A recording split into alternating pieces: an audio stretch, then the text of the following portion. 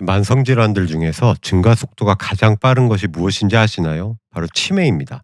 치매는 치료제가 없습니다. 레켐비라는 신약이 있지 않냐고요? 경증에서만 처방 예정이고 치료가 아니라 잠깐 지연시킬 뿐입니다. 유럽에서는 뇌부종, 뇌출혈의 부작용이 이득보다 크다고 봐서 승인되지 않았어요.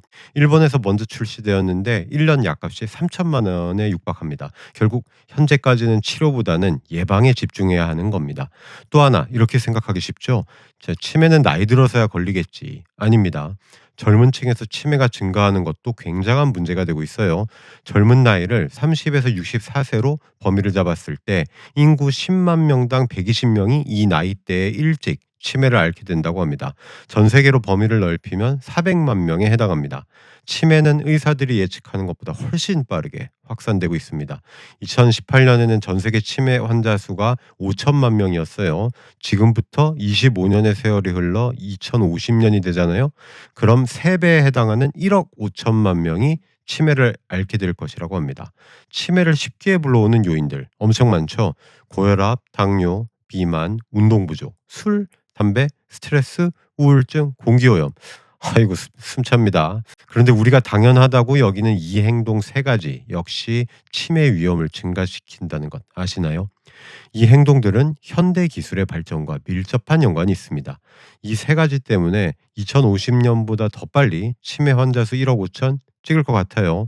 오늘 소개드릴 세 가지 행동의 앞글자를 따서 스가바라고 부르겠습니다. 자, 첫 번째, 스는 스마트폰에 빠져 사는 것입니다. 태블릿도 포함이에요. 1965년 이전에 태어난 사람들과 1980년 이후에 태어난 사람들 간의 큰 차이가 하나 있어요. 바로 과도한 시청 시간입니다.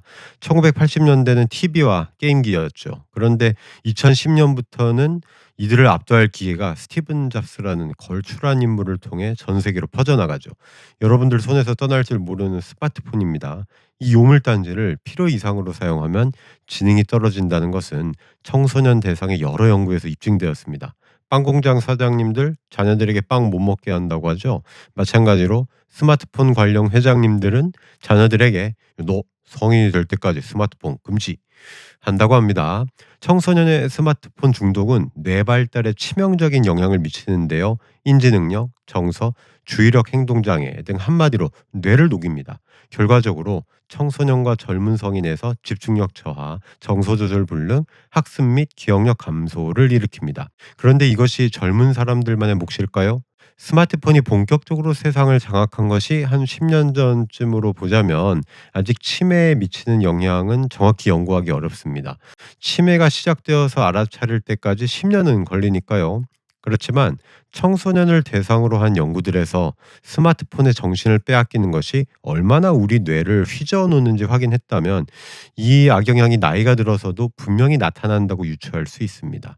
성인에서의 뇌기능 저하는 노년층에서의 인지장애 증상과 굉장히 유사하기 때문입니다. 자, 1975년부터 전 세계 평균 IQ가 감소하고 있다고 합니다. 놀랍죠? 사실 1900년대부터 IQ는 늘어만 갔어요. 이것을 플린 효과라고 합니다. 그런데 20세기 후반부터는 플린 효과가 거꾸로 가버리고 있는 겁니다. 그리고 이 시기에는 눈앞에서 번쩍번쩍 신세계를 보여주는 TV, 스마트폰이 탄생하고 발전하는 시기와 정확히 일치합니다. 1970년대에 교육 시간이 더 늘어났음에도 불구하고 말이죠. 아까 2050년에 치매 인구 1억 5천만 찍을 거라 했죠. 자, 이 예측치는 디지털 기기를 계산하지 않고 나온 거예요. 저도 진로에 매진하고 이렇게 영상 열심히 만드느라 책이나 칼럼 읽는 것을 몇 달 등한시했었습니다. 그 안 되겠다 싶어 책을 들었더니요. 아, 그동안 내 머리에 안개가 좀 끼었구나. 내지는 뇌가 녹슬었구나 하는 느낌이 들었습니다. 여러분들은 어떠신가요? 스마트폰 보면 스마트해지는 것 아니냐고요? 유튜브에서 자기가 원하는 것 찾는 분들 얼마나 계시나요? 여행으로 비유하자면 경로를 개척해서 자유여행을 즐기는 것이 아니라 다들 알고리즘에 의한 패키지 여행을 하시지 않나요? 뇌의 인지 행동 예비력 이론이라는 것이 있습니다. 신경 정신 활동을 할 때 복잡한 방식을 따라야 치매가 예방된다는 거예요. 손자병법 아시죠? 전쟁을 치르기 전에 대비해야 승리가 따른다는 것이 원칙인데 치매가 놀라서 도망갈 정도의 전투 예비 능력을 과시해야 합니다. 그래프 보시면 남색선이 디지털 기기에 오래 노출된 경우에요. 전투 예비 능력, 디지털을 실천한 사람들보다 확연히 떨어지죠. 사실 스마트폰 얼마나 편합니까? 동시 통역해주죠. 결제도 해주죠. 주식 투자도 예전보다 훨씬 쉬워졌죠. 길 헤매지 않게 해주고 시간 절약시켜줍니다. 하지만 스마트폰은 사람을 스마트하게 만들지는 못합니다. 현대 사회의 환경은 어떻습니까? 불확실하죠. 자꾸 변하죠. 개방되어서 온갖 정보가 쏟아집니다. 여기에 적응하려면 복잡한 방법으로 지능을 이용해서 결론에 도달해야 된다는 거예요. 머리를 쉽고 편안하게 놔두면 안 된다는 겁니다. 디지털 기기를 사용해도 적극적인 참여, 능동성이 보장되면 치매 위험이 증가하지 않습니다. 예를 들어서 시청자 참여 유도 TV 프로그램 또는 머리를 쓰면서 집중하는 컴퓨터 작업은 치매 위험을 안 올립니다. 인코딩이라고 들어보셨죠? 기억을 하려면 뇌에서 암호화를 시켜야 합니다. 그리고 이 암호를 필요할 때 제대로 끄집어내는 것이 바로 기억을 되살리는 것이죠. 그래서 인지 능력에서 인코딩 과정은 매우 중요합니다. 그런데 디지털 기기를 통한 사진과 영상으로 기억을 하려고 한다?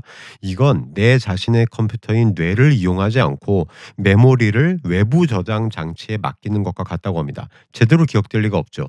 내 몫을 스마트폰이라는 외부 용역 업체에다가 맡긴 거니까요. 런던 택시기사 복잡한 길 잘 찾기로 유명하죠. 그런데 기억에 능동적으로 의존하지 않고 수동적으로 내비만 따라가는 기사들은 나중에 뇌 MRI 찍어봤더니 뇌가 쪼그라들어 있더래요. 치매의 징조죠. 또 한 가지 스마트폰 보면 이것도 했다가 저것도 했다가 와리가리 잘하게 되잖아요. 그래 놓고 넌 여러 가지 일을 할 수 있어 하고 자신감을 가지기 쉽습니다. 이건 착각입니다. SNS를 통해서 기억하려고 하잖아요. 정확성이 떨어집니다. 저명한 저널리스트 요한 하리의 책 제목이 이렇습니다. 도둑맞은 집중력. 집중을 한자로 써볼까요? 나무 중심에 새들이 모여 있는 겁니다. 오, 카톡 왔네. 오, 메일 왔네. 오, 쿠폰 떴네. 오, 잠깐 인스타에 뭐 좀 올려야지. 집중이 제대로 되겠습니까? 직장인들 평균 집중 시간 3분밖에 안 된다고 해요. 이런 추세 치매와도 밀접한 연관이 됩니다. 스마트폰으로 얻은 정보는 수박 겉핥기예요. 피상적입니다. 자, 그렇다면 스마트폰으로 대표되는 디지털 기기의 과도한 사용은 어떤 이유로 치매를 일으키는 것일까요? 첫 번째, 스마트폰 쓰실 때 뭐 홀리듯이 스크롤해서 화면을 막 내리시죠. 그리고 폰 개발자들은 이 스크롤이 끝이 없게 해놨어요. 이러한 탐색은 글을 읽음으로써 진정한 깨우침을 얻는데 큰 방해가 된다고 합니다. 둘째, 스마트폰 보실 때 화면 전환하거나 여러 개의 창을 막 보잖아요. 그리고 우리 머리는 이 사이를 왔다 갔다 멀티태스킹 합니다. 자, 이 과정 자체가 인지 처리 능력 및 기억력을 떨어뜨린다고 해요. 아까 집중의 의미를 보셨죠? 멀티태스킹 하면 기껏 나무에 모아놓은 새들이 다 날아가 버립니다. 자, 세 번째, 메타인지 및 자기 조절 기술이라는 것이 있습니다. 내 머리가 제대로 돌아가는지 확인하고 적응하는 능력을 뜻해요. 이 능력은 책이나 신문을 읽고 펜으로 쓰는 등 활자를 통해서 더욱 향상됩니다.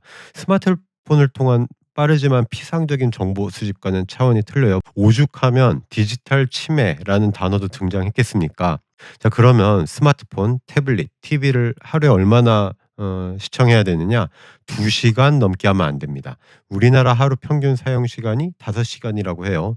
저는 목적 없는 스마트폰 사용은 술 먹는 것과 같다고 생각합니다. 참고로 심리적 안정감을 주는 디지털 기기 사용량은 하루 30분 이내라고 해요. 자, 실제로 디지털 기기에 노출되는 시간을 줄이면 집중력, 기억력, 안정감을 늘려주고 불안감과 우울감은 줄여줍니다. 모두 치매 위험 감소와 연관되죠. 잠도 잘 오게 만듭니다. 충분한 수면이 기억과 인지 능력이 얼마나 중요한지 아시죠? 아마존 창업자 제프 베이조스가 그랬다잖아요. 나는 8시간 수면을 꼭 지킨다. 그래서 뇌가 제일 팔팔한 오전 10시쯤에 가장 중요한 결정을 내린다. 그래서 하루 4시간만 자면 나는 좀비가 된 느낌이 든다. 스마트폰 조금 쓰면 운동할 시간도 늘게 됩니다. 운동하시는 뇌라는 책 제목 들어보셨나요? 운동하면 뇌도 젊어진다는 건데요. 운동의 치매 예방 효과는 두말하면 잔소리입니다. 자식 시간도 줄여줍니다. 자, 이것은 곧 말씀드릴 둘째 행동과 연관되죠.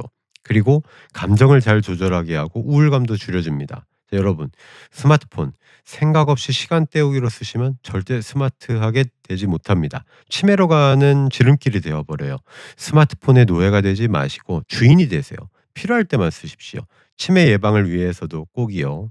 자, 두 번째, 스가바의 간은 가만히 앉아 움직이지 않는 좌식 생활입니다. 낮 동안에 가만히 앉거나 누워 있는 시간, 평균이 얼마일까요? 전 세계 평균 하루 9시간에서 10시간입니다. 차 타고 가랴, 에스컬레이터 타랴, 뭐 이럴 때는 앉아만 있죠. 그런데 50대 나이 영국인 48만 명을 12년 넘게 조사한 결과를 보시죠. 제일 좋은 것은 하루 5시간 미만으로 가만히 있는 것이었습니다. 5시간에서 8시간의 좌식 시간은 치매 위험이 7% 상승했으니까 8시간 미만도 아주 나쁘진 않아요. 그런데 그 앉아 있는 시간이 8시간 이상 되면 25%로 확 뜁니다. 12시간 이상은 63%고요. 15시간으로 거의 하루 종일 앉아 있으면요. 3.2배 치매 위험이 상승합니다. 중요한 것이요. 60세 미만에서 이 경향이 뚜렷하다는 거고요. 유추할 수 있는 것은 젊었을 때 별로 움직이지 않을수록 나이 들어서 더욱더 치매가 잘 찾아온다는 것이죠.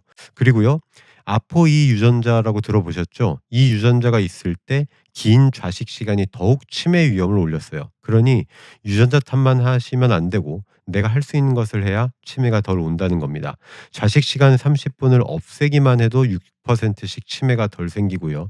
좌식 시간 30분을 숨가쁘게 땀 흘리는 운동 시간으로 바꿀수록 18%씩 치매가 덜 생깁니다.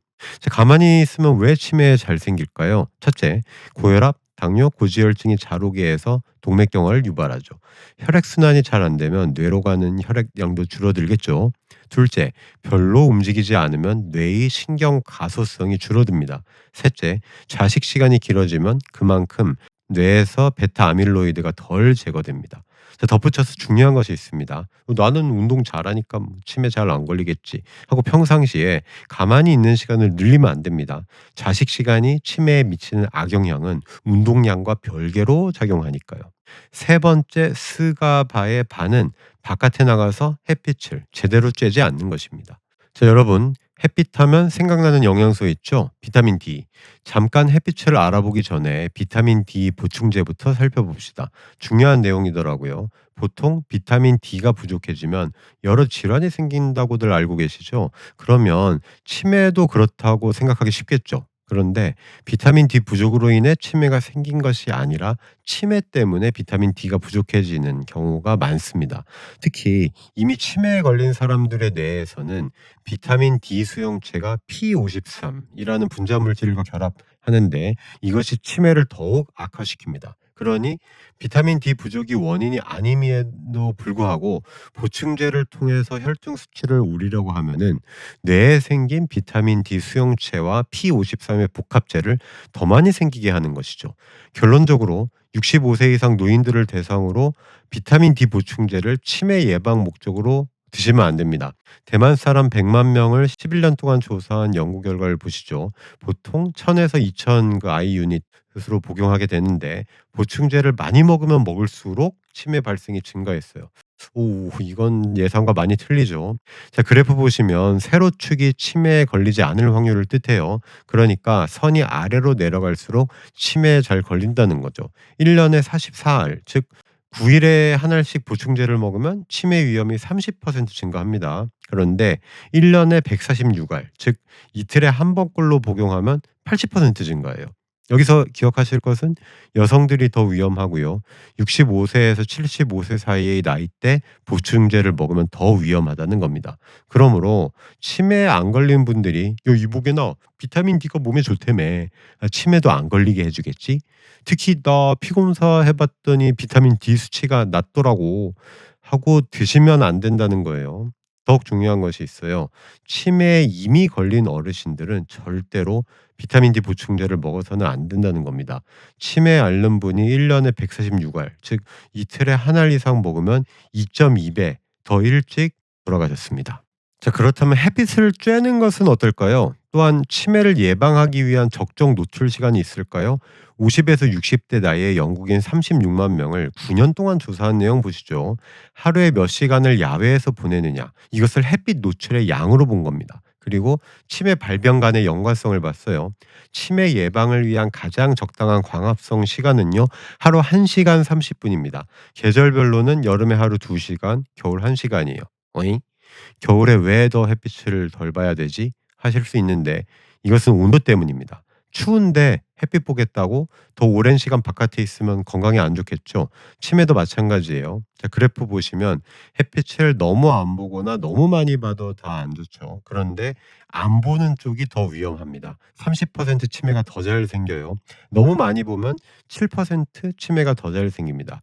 특히 이 연관성이 더욱 뚜렷하게 나타나는 두 집단이 있습니다. 하나는 여성이고 하나는 60세 이상이에요.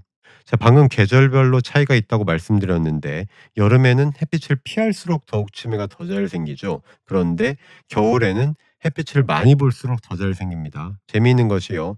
뇌졸중의 경우도 햇빛 노출량이 치매에 미치는 영향과 똑같습니다. 즉 적당히 햇빛을 쬐야 뇌졸중도 예방된다는 거예요. 뇌졸중, 치매 유발인자 중 하나죠. 햇빛을 너무 안 쬐면 왜 치매에 걸릴까요? 첫 번째, 비타민 D 합성이 적게 되어서죠. 비타민 D는 염증을 줄여주고 신경을 보호해줍니다. 두 번째, 비타민 D 보충제가 할 수 없는 햇빛의 생리적인 역할이 있죠. 바로 일주기 리듬입니다. 아침에 햇빛을 봐야 저녁에 멜라토닌 분비가 잘 되고 그럼 잠이 잘 오겠죠. 충분한 수면이 치매 예방에 미치는 긍정적인 역할은 뭐 다들 잘 아실 겁니다. 반대로 과다한 햇빛 노출은 왜 치매 위험을 약간 높일까요? 산화 스트레스를 주범으로 보시면 돼요. 이것이 뇌 세포막과 신경 유전자를 공격하게 됩니다. 제가 이전에 지구 온난화가 여러 병을 불러일으킬 것이고 그중에 하나가 치매라고 말씀드렸죠. 하루에 1시간 반 초과로 머리와 목에 햇빛을 쬐면 체온이 1도 올라간다고 해요. 이것이 인지 장애를 불러오는 겁니다. 한 가지 염두에 둘 것은 이 연구가 위도가 높은 영국에서 시행되었다는 거죠. 우리나라 같은 경우는 하루 1시간 정도가 제일 좋지 않을까 해요. 적도에 더 가깝기 때문입니다. 정리를 해봅시다. 부지불식간에 치매 위험을 불러오는 세 가지 행동. 현대 기술 발달이 가져다 준 폐해라고 말씀드렸습니다. 첫째, 스마트폰, 태블릿, 뚫어지게 쳐다보기입니다. 고개를 들어서 하늘로 좀 보시고요. 하루 30분 이내가 가장 좋고 적어도 2시간 미만으로 조절하십시오. 둘째, 가만히 앉아 지내는 좌식 시간. 하루 5시간 미만이 가장 좋고 적어도 8시간 미만으로 유지하시라고 했습니다. 엉덩이를 의자에서 자주 떼세요. 셋째, 태양에 내 몸을 노출하지 않는 것입니다. 자리를 박차고 나가서 햇빛을 쬐세요. 피부 보호도 해주고 가장 효과가 있는 시간은 해가 내 머리 바로 위에 있는 정오 시간대입니다. 하루 1시간에서 1시간 반 광합성을 즐기십시오. 자, 그럼 다음 시간에도 치매와 관련된 영상으로 찾아뵙겠습니다. 자, 오늘도 내일도 하루하루 건강하시고 또 평안하십시오. 우리 모두의 팽팽 돌아가는 기억력을 위하여. 셀루스.